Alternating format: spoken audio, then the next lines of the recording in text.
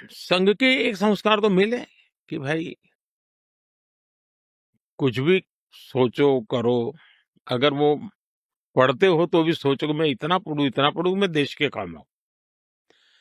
अगर व्यायाम करता हूं मैं ऐसा व्यायाम करो कि मेरा शरीर भी देश को काम आए। ये संघ के लोग सिखाते रहते हैं। अब संघ एक बहुत बड़ा संगठन है, शायद अब उसके 100 साल हो रहे, ये 100वां वर्ष है। और दुनिया में इतना बड़ा स्वयंसेवी संगठन कहीं होगा ऐसा मैंने तो नहीं सुना है।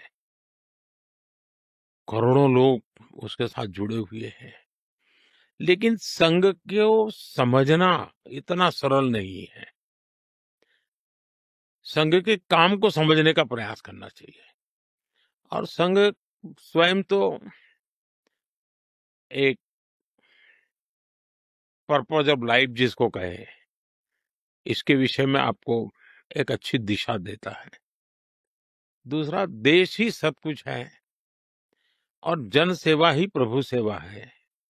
ये जो हमारे वेद काल से जो कहा गया है, जो हमारे ऋषियों ने कहा, जो विवेकानंद ने कहा, वही बातें संघ के लोग करते हैं। तो स्वयंसेवक को कहते हैं कि भाई तुम्हें संघ में से जो प्रेरणा मिली वो 1 घंटा शाखा है, वो स्वयं नहीं, यूनिफॉर्म पहनना वो स्वयं संघ नहीं है। तुमने समाज के लिए कुछ करना चाहिए। और वो उस प्रेरणा के आज ऐसे काम चल रहे हैं, जैसे कुछ स्वयंसेवकों ने सेवा भारती नाम का संगठन खड़ा किया है।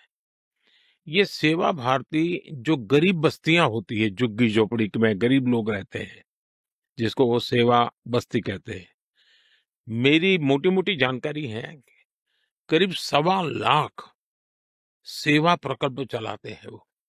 और किसी सरकार की मदद के बिना समाज की मदद से वहां जाना, समय देना, बच्चों को पढ़ाना, उनके हेल्थ की चिंता करना, ऐसे ऐसे काम करते हैं। संस्कार उनके अंदर लाना, उस इलाके में स्वच्छता का काम करना, यानी बिल्कुल 1.25 लाख एक छोटा नंबर नहीं है।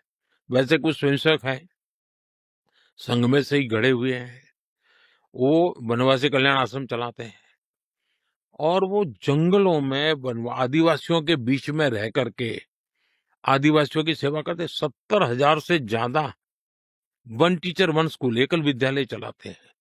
और अमेरिका में भी कुछ लोग हैं जो उनको लिए शायद $10 या $15 का डोनेशन करते हैं इस काम के लिए।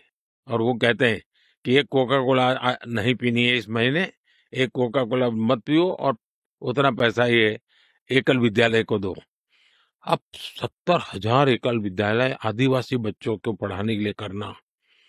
कुछ स्वयंसेवकों ने शिक्षा में क्रांति लाने के लिए विद्या भारती नाम का संगठन खड़ा किया। करीब 25,000 स्कूल चलते हैं उनके देश में और 30 लाख से छात्रा एट अ टाइम होते हैं। और मैं मानता हूं तक करोड़ों विद्यार्थियों को और बहुत ही कम दाम में पढ़ाई हो और संस्कार को भी प्राथमिकता हो, जमीन से जुड़े हुए लोग हो, कुछ न कुछ हुनर सीखे, समाज पर बोझ न बने। यानी जीवन के हर क्षेत्र में वे, चाहे महिला हो, युवा हो, इवन मजदूर, शायद उन मेंबरशिप के हिसाब से मैं कहूं तो भारतीय मजदूर संघ है, शायद उसके 55,000 के करीब यूनियंस है शायद, और करोड़ों की तादाद में उनके मेंबर्स हैं। शायद दुनिया में इतना बड़ा लेबर यूनियन कुछ नहीं होगा। और सिखा कैसा जाता है, लेफ्टिस्ट लोगों ने मजदूरों की मूवमेंटों को बड़ा बल दिया।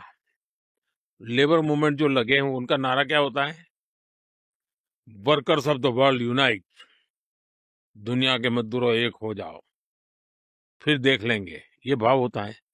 ये मजदूर संघ वाले क्या कहते हैं, जो आरएसएस की शाखा से निकले हुए स्वयंसेवक मजदूर संघ चलाते हैं, वो कहते हैं वर्कर्स यूनाइट द वर्ल्ड।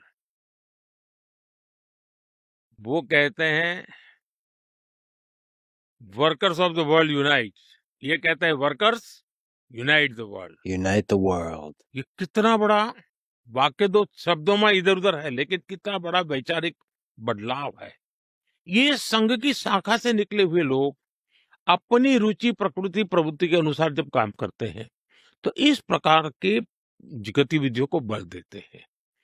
और जब इन कामों को देखेंगे, तब आपको 100 साल में राष्ट्रीय स्वयंसेवक संघ ने भारत के सारे चकाचौंध दुनिया से दूर रहते हुए एक साधक की तरह समर्पित भाव से, तो मेरा ये सौभाग्य रहा कि ऐसे पवित्र संगठन से मुझे संस्कार मिले जीवन के, लाइफ ऑफ पर्पज में जो मिला।